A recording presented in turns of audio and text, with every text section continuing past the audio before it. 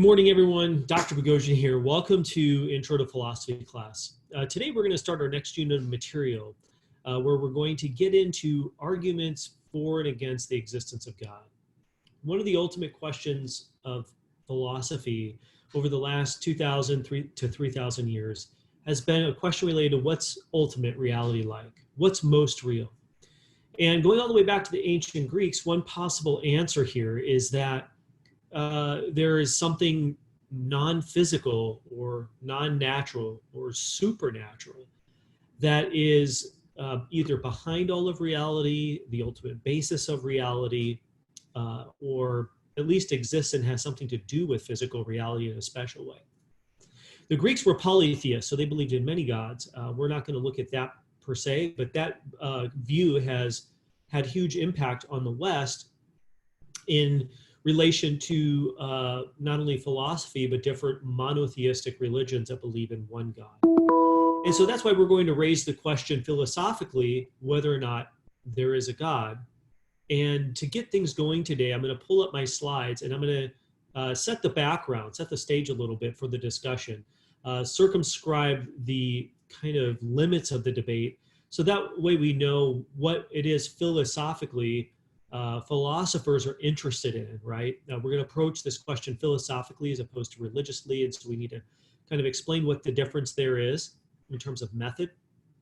And then we're going to get clear on what we mean by the title of God, and I want to drop some names, so to speak. I want to introduce you to some of the key contemporary players in this discussion.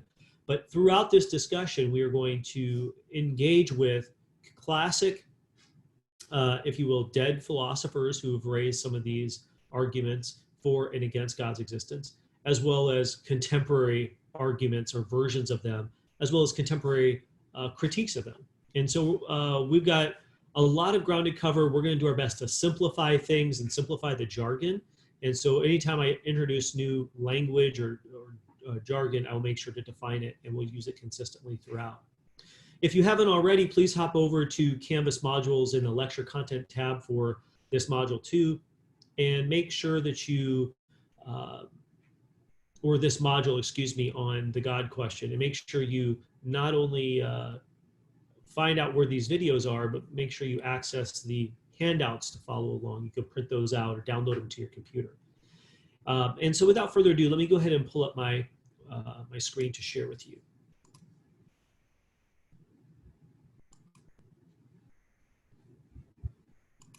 The last thing I want to remind you of real quick,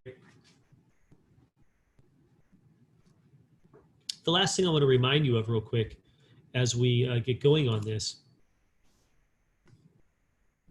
is that this question, in order to master, if you will, or at least delve deeply and thoughtfully into the literature on this, this question, you need to make sure you're keeping up on the readings. This module, you'll notice, has more readings than the first one. The first module was kind of getting our feet wet in philosophy, engaging with philosophical reading, which is new to probably everyone. But there are a series of readings for this module, both on arguments for the existence of God and against the existence of God. And you need to read those and read all of them. What we're going to do is I'm going to unpack the core arguments in those, as well as the core objections to each one. So like you saw in the previous unit on the nature of truth and knowledge, we are going to look at arguments on all sides. That's part of a big part of my job this semester, is I want to fairly and clearly lay out what people are arguing, and then the common things that people argue back to them, and then how they might respond. All right, let's jump into this. Our ultimate question is, does God exist? And you might say, well, what's the question really mean? Okay, what are we asking? We're asking about monotheism. And again, we're doing that because we have to limit our discussion. We only have so much time. And because we find ourselves in the West, because monotheism is dominant in the West. We have 3 monotheisms: Judaism, Christianity, and Islam, all with a major presence here in the United States, but particularly in Western nations. But even increasingly in Eastern parts of the world, let's say. But philosophers, right, historically have typically been occupied with this question they've been occupied with the question of whether or not one God exists. What all of the monotheisms agree on is what I'm going to call minimal theism. Minimal theism. And so I understand very well, I teach world religions as well. There are very distinct particularities about the nature of God that these religions hold. And I want you to keep in mind that I understand that, and so I'm not trying to limit things too much, but I want to get clear on what the minimum would have to be the case in order for, let's say, there to be a God of this sort. Excuse me.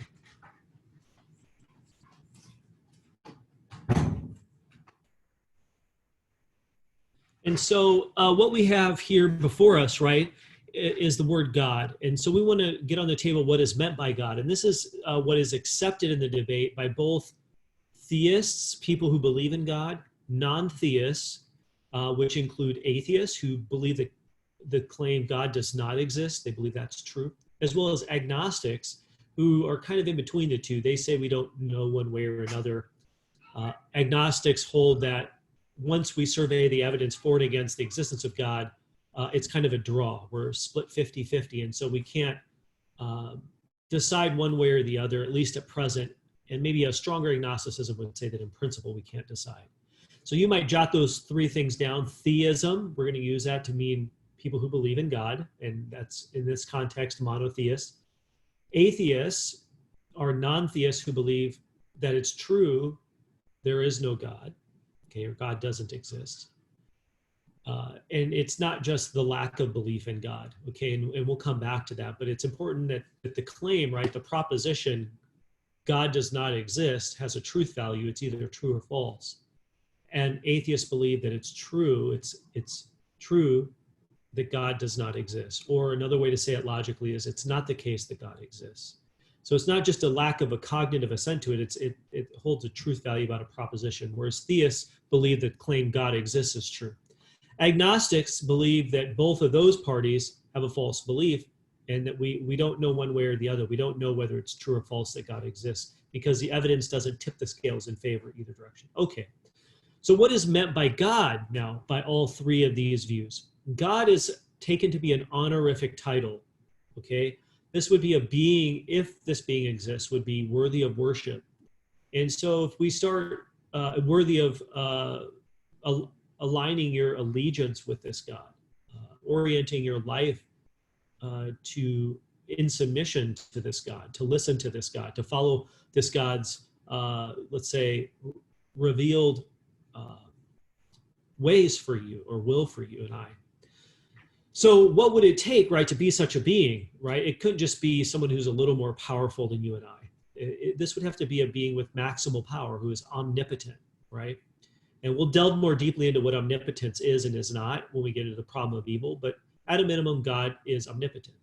Number two, God is omniscient. That is, God knows all and only truths. He knows all there is to know. And there are lots of ways of hammering out what that amounts to, but God knows everything, okay? Knowledge is going to include God's ability to avail himself of that knowledge to do what is rational. So God acts for reasons. He avails himself, uses the knowledge he has to act wisely for himself and, let's say, for whatever he makes. And God, number three, is the creator of everything other than himself. Okay, he's the final explanation of everything other than himself. Now, the word create here, don't misunderstand this. Don't hear in that a debate between people who believe in evolution and those who don't. Okay, so that's not what this means. Creator here is a general or generic umbrella term to mean that God is the explanation, the causal or final explanation for the world that exists or everything that exists, even other than himself. All dependent beings. God is not dependent on anything other than himself by definition, as we'll see. And there's some arguments to that kind of claim. And so God is the creator of everything other than himself. So God is uncreated, but creates. Okay. So those three things, all powerful, all knowing, which includes acting for reasons. He's a rational God, and he's the creator of everything other than himself.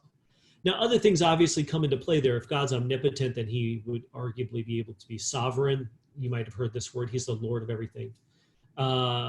He has a will, right? He has free will or something like this. He's not, nothing is making him do what he does. He acts of his own free accord or something like this. And, maybe a fourth thing we should add to this list, deal with what are called God's moral attributes. God is essentially good. He's morally perfect. There's no moral defect in God, right? It would be a being who has moral defects isn't worthy of worship. You might hold them in high regard, but that's not the same as like orienting your whole life around this person and their will for you. So God knows everything, is all powerful, is morally perfect, and he acts for reasons. He's the creator of everything other than himself. Okay, that gets on the table. Are there any reasons to believe that such a being exists, right? Well, what I have here on the screen are who are called the four horsemen. Now, I introduced them. I'm getting these guys before you, these faces and names before you, because a lot of the objections we're going to look at to the arguments for God's existence in contemporary times are made most forcefully and vocally, at least have been over the last decade, by these four thinkers. Now, there are lots of others who I'll introduce you to, but in the people in the literature that you're going to read are not these guys. But you've probably heard of them if you hang out on Reddit and debate these things, or if you're you watch TED Talks or YouTube or read books on these things. You've probably heard of these names, and they became of prominence in the early to mid 2000s. Let's start on your left. Okay. Richard Dawkins is actually not a philosopher. He's a scientist, a world-renowned scientist. He's written many books on evolution, the selfish gene, this sort of thing, the blind watchmaker. And he wrote The God Delusion, okay? And again, I've read these kinds of things. In The God Delusion, right, he basically argues that God is a delusion. There aren't any good arguments for God's existence. And he has some things to say about some of the arguments we'll talk about. Just to his right is Sam Harris. Sam Harris is a philosopher. He's got 2 PhDs, one in philosophy and one in, I believe, neuroscience or cognitive neuroscience. He's written books like The End of Faith, Letters to a Christian Nation, this sort of thing, attacking the rationality of religious belief. Just to his right is the other philosopher in the bunch, Daniel Dennett, who you read last week. That's the Dennett we read on Truth. He wrote a book on the God question called Breaking the Spell, where he essentially argues that belief in God is like a virus of the mind. And so he's had some pretty punchy things to say about the irrationality of religious belief or belief in God. Last but not least, all the way to the right is the late Christopher Hitchens. He passed away a few years ago from cancer. He is the only one of the four who doesn't have a doctorate degree. Or didn't have a doctorate degree, but he was a very articulate speaker and was on the debate circuit, debated William Lane Craig, who we're going to talk about today. And you can find their debate on YouTube probably. He wrote the book, God is Not Great, How Religion Spoils Everything. And there he looks at sort of religious violence as a key underminer of the rationality of belief in God. Okay, now I'm just wanting to put that out there because what we want to go to next is what is going on in this debate? What are we looking for? Now, I've given you the question, does God exist? But we need to ask ourselves, what is either party to this debate trying to do in offering arguments or reasons for the existence of God? As we talked about last week, right? Truth is objective. That's the dominant view. That truth is when a claim someone makes matches up to the way the world outside of an individual's mind or a group's belief happens, whatever they happen to think about it. So there is reality. So if God exists, right, that's true whether or not I have a belief about it or whether I've thought about it carefully. Now, how we indicate that a claim is true and matches up to the way the world is requires arguments or reasons to support it. That's our evidence. So philosophical theists, people who believe in God, believe that they have a whole grip of arguments, reasons, evidence to indicate that God exists. But what are they doing? Okay, one of the misnomers or the problems in the public, I should say the public popular level debates of these on like Reddit, social media, is people will often on both sides of the debate demand of the other party, of the opposing view, that they give something like proof, where proof means knock down, drag out arguments that no rational person can reject. But here's the thing, almost nobody, I can't say no one because I know of a couple exceptions, but most philosophers, at least on the theistic side, don't believe that their arguments give knockdown, drag out proof where once you consider the arguments, there's no way to like rationally resist them or argue against them or reject them. They believe that their arguments are sound, they're true, they're defensible in light of criticism, but they believe that their proofs, they have a weaker notion of proof. Proof isn't deductive certainty, in other words. Proof is good, strong evidence to indicate that the view, the claim is true. And the arguments give us that good proof. But a proof is more like a pointer or a sign. And so imagine that you're driving down the freeway here and you see a sign with a street name and you're planning to exit soon. Well, that's an indicator, right? And that's perceptual evidence that you can use to reason that, hey, here's where, if I want to get off on Friant or Herndon or Shaw, right? If the sign says that and it's got an arrow pointing to the on-ramp or telling you it's coming up in a quarter mile, that's a pointer to where you want to go. Now, that sign isn't going to make you exit, right? It's not going to force itself upon you and pull your car over, okay? Any more than an argument for God's existence is going to do that, okay? Says Craig, who we're going to talk about in a minute, or any other theist. In fact, Aquinas, who had the 5 ways, right, which are in your book, he thought they were powerful and pretty, if you will, conclusive in a rational sense. But that doesn't mean that you couldn't find a way to resist them, okay? Now, on the other side of the debate, the same thing is the case. Oftentimes I hear people who believe in God say to the non-theist, well, you haven't proven the non-existence of God. You haven't disproven God's existence. And what they mean here is disproven with certainty that there's no God, or given knockdown, drag out arguments against God's existence. Okay, again, almost all of the 4 horsemen, not all of them, but most of them believe that they have really strong sets of proofs or pointers away from the existence of an all-powerful, all-good creator God, let's say. But they leave room for that, these aren't knockdown, drag out. Okay. Now, of course, this varies, again, from non-theist to non-theist, just like it varies from theist to theist. But by and large, this debate is about the cumulative evidence, the total evidence. What does it indicate? Does it indicate it's more likely that God exists, or does it indicate that it's more likely that God does not exist? So we're going to start with the pro side, like you do in any debate, and we're going to look at reasons to believe that it's highly likely that God does exist. So here we go. The Kalam cosmological argument has been made popular by William Lane Craig, a contemporary living philosopher of religion, very prominent philosopher. You can go look at his personal website. He's all over YouTube. He's debated a bunch of people, including Christopher Hitchens, and Sam Harris, and others. But he's got 2 doctorates like Sam Harris does, one in philosophy and one in theology. And in his philosophy dissertation, I believe, he revived the Kalam argument, which is not original with him.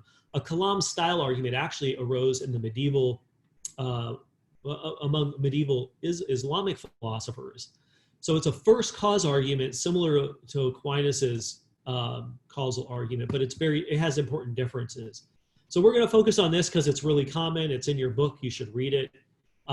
Some people find it attractive because it engages contemporary science, and that's one of Craig's goals. He uses cosmology to inform and support the argument. So you get to be the judge of whether you think it's sound. But the argument is on the screen here, and it's in your note sheet. It's pretty straightforward. Premise 1, whatever begins to exist has a cause. Okay, that's a basic, I guess, if you will, empirical premise in some sense, right? We can observe what things that begin to exist. Well, anything that we find that has a beginning has a causal explanation for its beginning, right? It doesn't begin on its own. So there's some kind of causal chain that starts with something with sufficient power to cause it to exist. Craig thinks that that's a really hard premise to resist, and it's not the most likely one. It's going to be the second premise, but we'll say something about that in a second.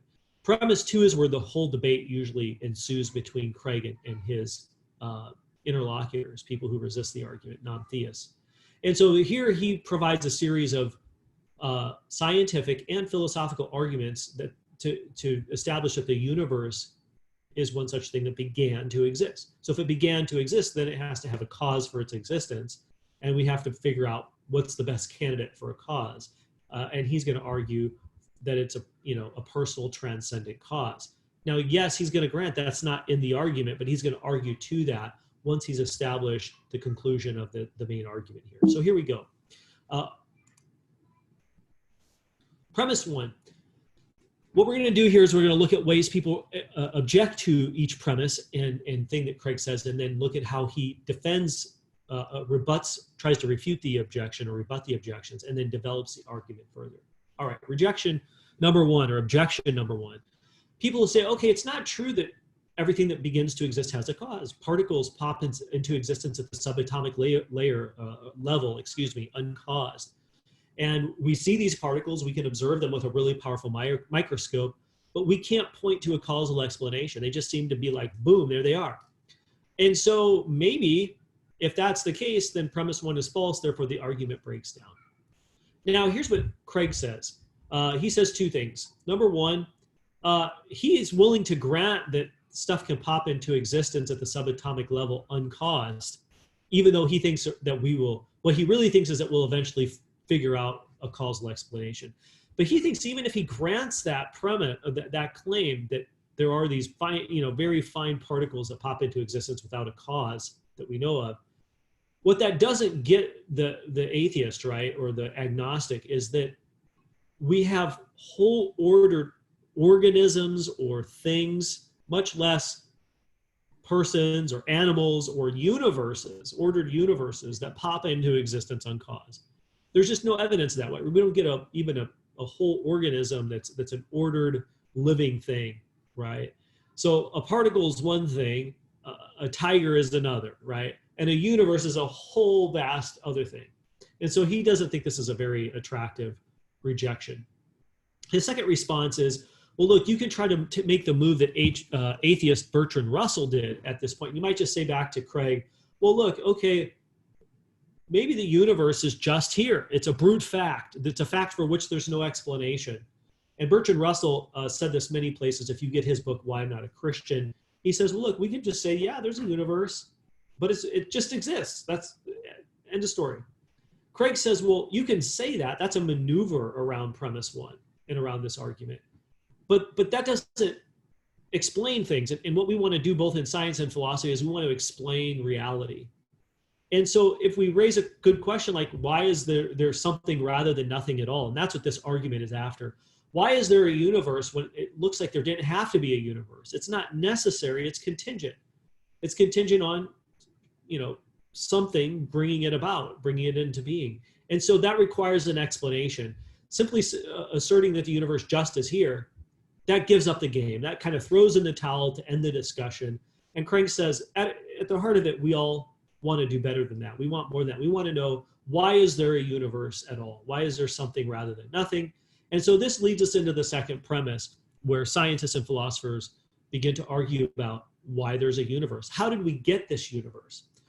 Well, one way to argue against premise two, that the universe has a beginning, Craig's going to argue for that, is some physicists and cosmologists will say, well, look, the universe didn't begin because it's eternal. It's always been here. It just, we can go back eternally, and there's no singular beginning point from which the universe came or sprang or something of this nature.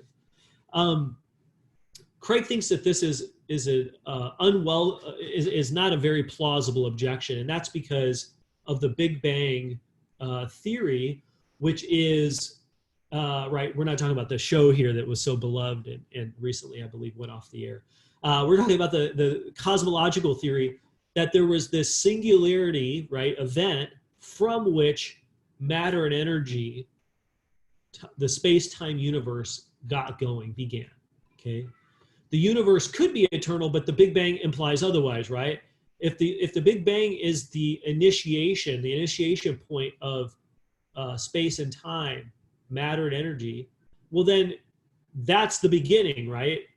But now, even if that's the beginning of the universe, the question is, what caused that event? How does that event occur in the first place?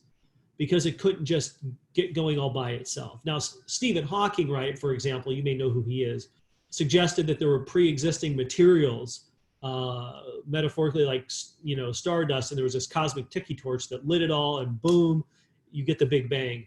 I'm going to tell you what Craig has to say about that here in just a minute. But I want us to look at what the Big Bang, what do we mean by the Big Bang? Is a Big Bang this big explosion like a firecracker or a bomb bursting and you get a universe? That's not actually what is meant. And so let me play something from a scientist for you on what is meant by the Big Bang.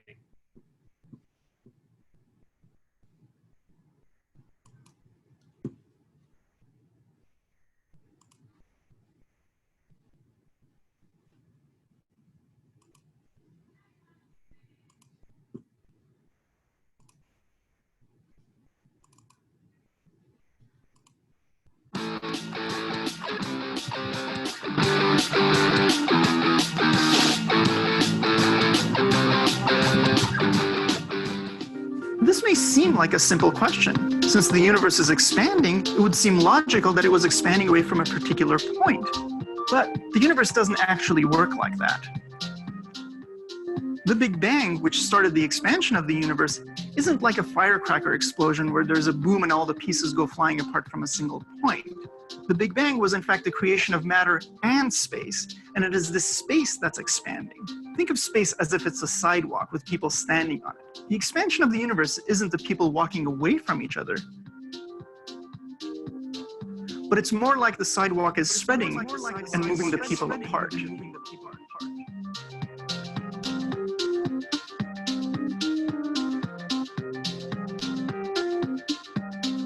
As a simpler example, let's take the surface of a balloon.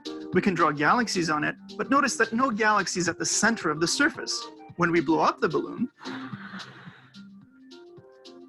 all the galaxies spread apart from each other. If you look at any single galaxy, all the other galaxies seem to be spreading away from it.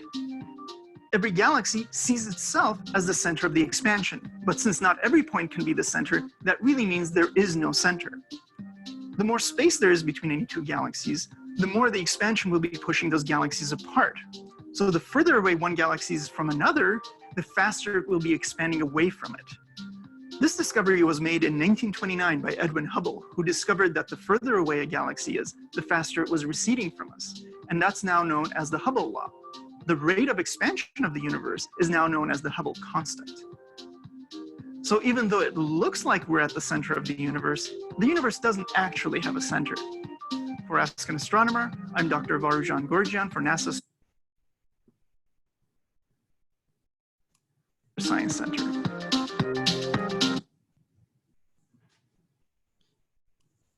Okay, let me get back over to the PowerPoint.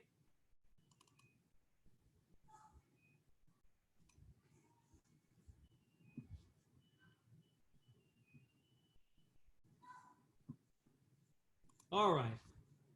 So I wanted you to hear that from a scientist who isn't necessarily defending Craig or not. I wanted you to hear that because I want you to know how Craig is using this information, using this data. Again, he believes that, Craig, that is, believes that the universe has a beginning. He believes that because of he thinks the Big Bang explanation of the beginning of the universe is the best cosmological scientific evidence we have, and you could be a theist or a non-theist and believe that. He thinks that everything points in that direction, and we'll see why in a second. But what is the Big Bang? The Big Bang, again, isn't this explosion, everything goes flying, as you heard. Instead, that's a singular point from which the space-time universe manifold gets going, and it begins expanding, and we get the development of matter and energy into what we call the universe. Now, but the question is, right, if you go back to that singularity, the question is, what gets the singularity going, right, or causes the singularity from which everything gets going? It can't be, it's a self-caused, right? It's not like that. It's contingent. It didn't have to happen. It's a contingent event, contingent on something outside of the event to bring it about. And so what best explains that, he thinks, is going to be a transcendent personal cause that acts for reasons. Okay, it's going to be a cause that's independent of that effect, and namely the Big Bang is the effect. It's going to be a cause. Now, there are people, right, scientists and philosophers who will say, well, but look, maybe what we have going on here is something else, right? We'll get to that in a second. Before I get to objections, sorry, let me get the second response that Craig gives to, right? So here's what we're talking about.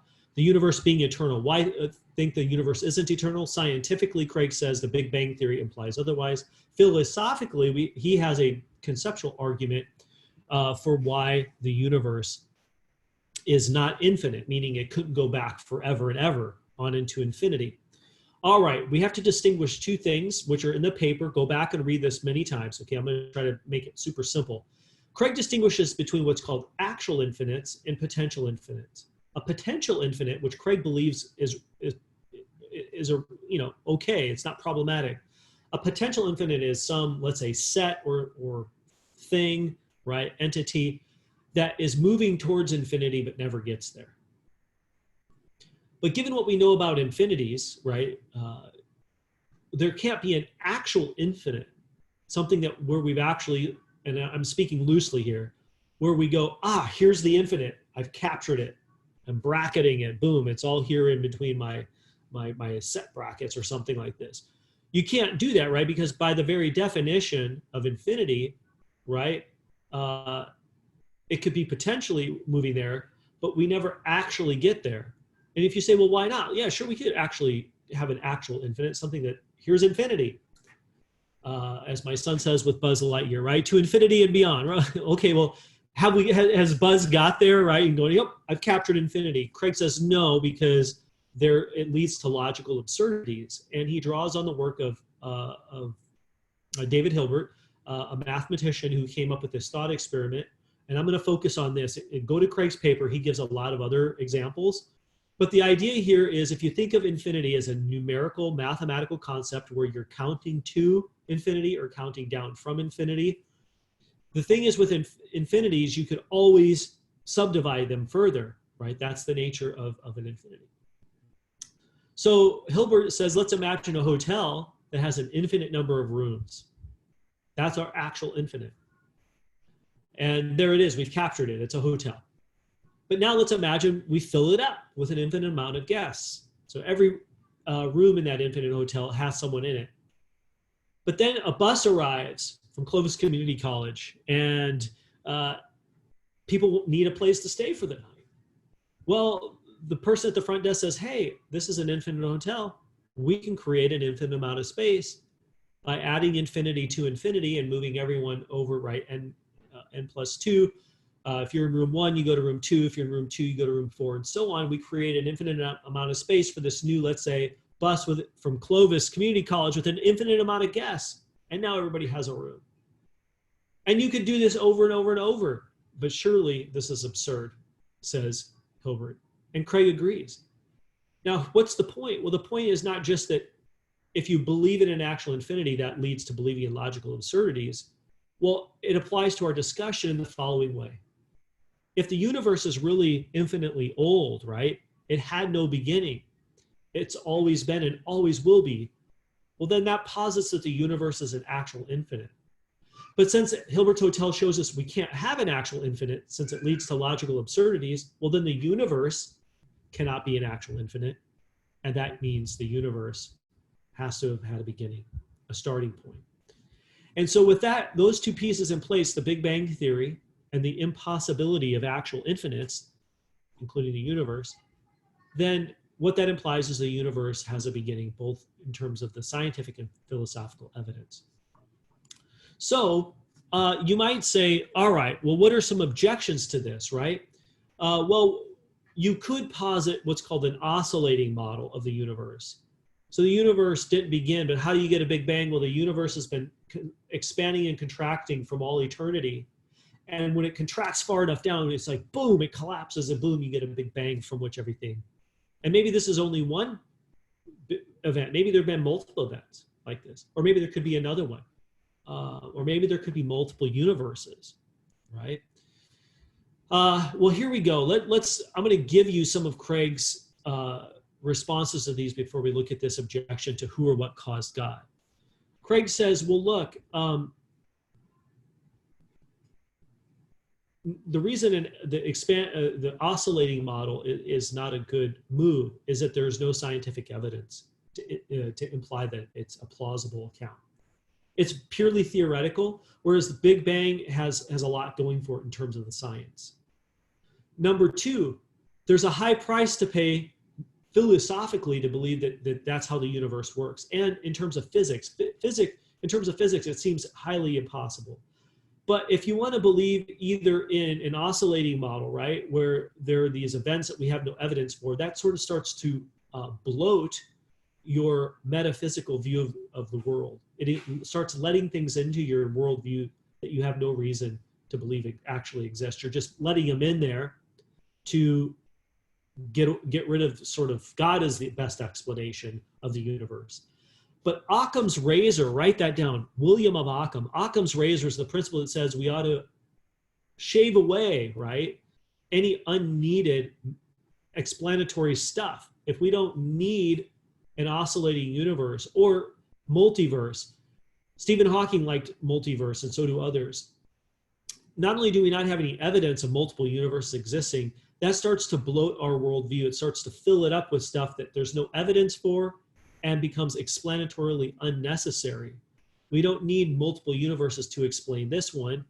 And since we lack scientific evidence of multiple universes, the multiverse hypothesis just kind of fills out our worldview. It makes it bloat up.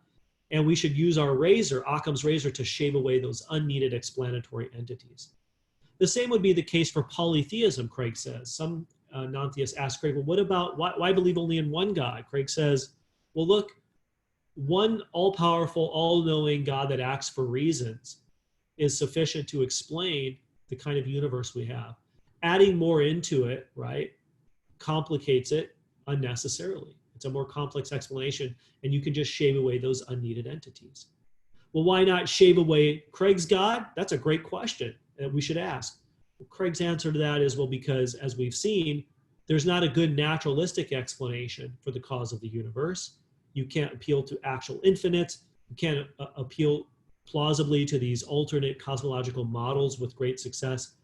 And so what we're left with, right, by ruling out these other explanations is that the Big Bang brought about the universe, but the Big Bang needs a causal agent to cause the bang, right, from which everything gets going. And again, with the multiverse, let me say one more thing. With the multiverse hypothesis, Craig says to people like Stephen Hawking, that posits now an entity like a universe generating machine for which we need a causal explanation, because it's not self-explanatory. Yes, it's a naturalistic cause, but not only do we lack evidence for a universe generating machine, it fills up our worldview with stuff that we have no reason to believe, and that's unnecessary. And it just really moves back the debate one step, because now we need to explain how it is we have a universe generating machine that, as Hawking posited, if it spits out enough universes, you get one like ours.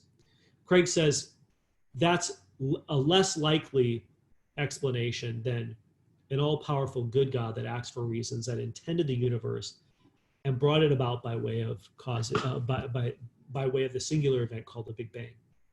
But we're not done yet, right? There are other objections like, okay, well, let's say Craig's right, that the argument goes through. In fact, I believe Christopher Hitchens in their debate said this. Okay, so let's suppose Craig's right that God is the cause of the universe. Well, what about God, right? If God caused the Big Bang that brought about the universe, who or what caused God? Doesn't he need an explanation? If we're out to explain stuff, what about God? And what about what we hear theists like Craig say, that God is infinite in power, infinite in love, infinite in glory, or infinite in knowledge? Okay, these are 3 good questions. I'm going to tell you what Craig says in turn to each one of these in response, and then I'm going to quickly express how he moves from a general generic first cause to a personal first cause, and then we'll call it a day. So here we go. Who or what caused God? Remember This argument only states that whatever begins to exist has a cause. God has no beginning by definition. God is an uncaused first cause. And so remember the causal chain stops somewhere, and it stops with an uncaused first cause. And that's by just the reasoning, right? We can't have, again, an actual infinite. And so you can't have an infinite regress, as it's called, a causal infinite regress. It just keeps going on and on forever. The causal buck has to stop somewhere. That stops with an uncaused first cause, or an unmoved mover, as Aquinas said. So God is not a cause for which an effect. God is an uncaused first cause. So nothing caused God. Okay, it's a non-issue. Number two, God doesn't need an explanation, because God, again, isn't something, isn't an effect for which we need an explanation, number one. And number two, God, if he exists, Craig says, would be self-explanatory. And that is because, again, if God is a necessary being, not contingent, that means if he has to exist, he exists across any possible universe or world that would exist as well. And he is an uncaused first cause, as Craig says, then God holds within his own being, intrinsic to his own being, is that he's self-sustaining, and he's self-explanatory. He just exists of his own accord and doesn't depend on anything outside of himself. And so he has, if you will, the explanatory resources within his own being. Last but not least, if you want to read a paper on this, a response, Craig has a paper on his website, okay, which is where I'm taking this from. God is not an actual infinite because there are two notions of infinity. One is a mathematical notion, which is a quantitative notion, and that's the one that he's talking about. There can't be a quantitative actual infinite by counting. And that's what we would need for the universe to be infinitely old. That would be series of moments, right? Which we count, timed moments or years, right? But that's different than a qualitative notion of infinity, which has to do with limits or lack thereof. And Craig says, look, God isn't an actual infinite in the numerical sense, right? Because when we're talking about his attributes, we're not saying that God, like, I can lift 100 pounds and God can lift a little bit more than that, right? We can count up to what it is for divine bench pressing or something. No, God's power isn't measured. It's not quantitative. Instead, God's power is unlimited. So we're talking about, with God's infinity, Craig is talking about the quality of his attributes. Humans have limits on our power and our knowledge and our will and so on. God is unlimited in those regards. He is unlimited in goodness, unlimited in knowledge, unlimited in power. Humans, on the other hand, are limited. We're finite, but that's not because, even though in some sense it's true we can count our power, it just qualitatively we have certain limits. And so we can talk about finitude in both senses for humans. For God, right, God isn't, we don't count, right? It's God's attributes aren't a quantitative notion. They're purely qualitative. And so there isn't an objection here. Craig isn't being inconsistent, in other words, he thinks, to believe that God is infinite, because he's not an actual infinite. He's qualitatively unlimited in his being. Now, what best explains our universe? Well, nothing caused God. God's, as we said, infinity regards the quality of his attributes, not its quantity. Now, how do you move from, okay, let's suppose he's defended the argument. God, whatever begins to exist has a cause. The universe began to exist. Therefore, the universe is the cause, has a cause. Okay, and that best explanation is, well, okay, is it a naturalistic cause? Well, no, it can't be that. We've ruled that out. We've explained why it can't be that in response to Hawking and others. So what's left is you either have a personal transcendent cause or an abstract cause. An abstract cause would be something like a number, okay, or a universal. But those are abstract and they don't have causal powers, even though they enter into relationships with things, right?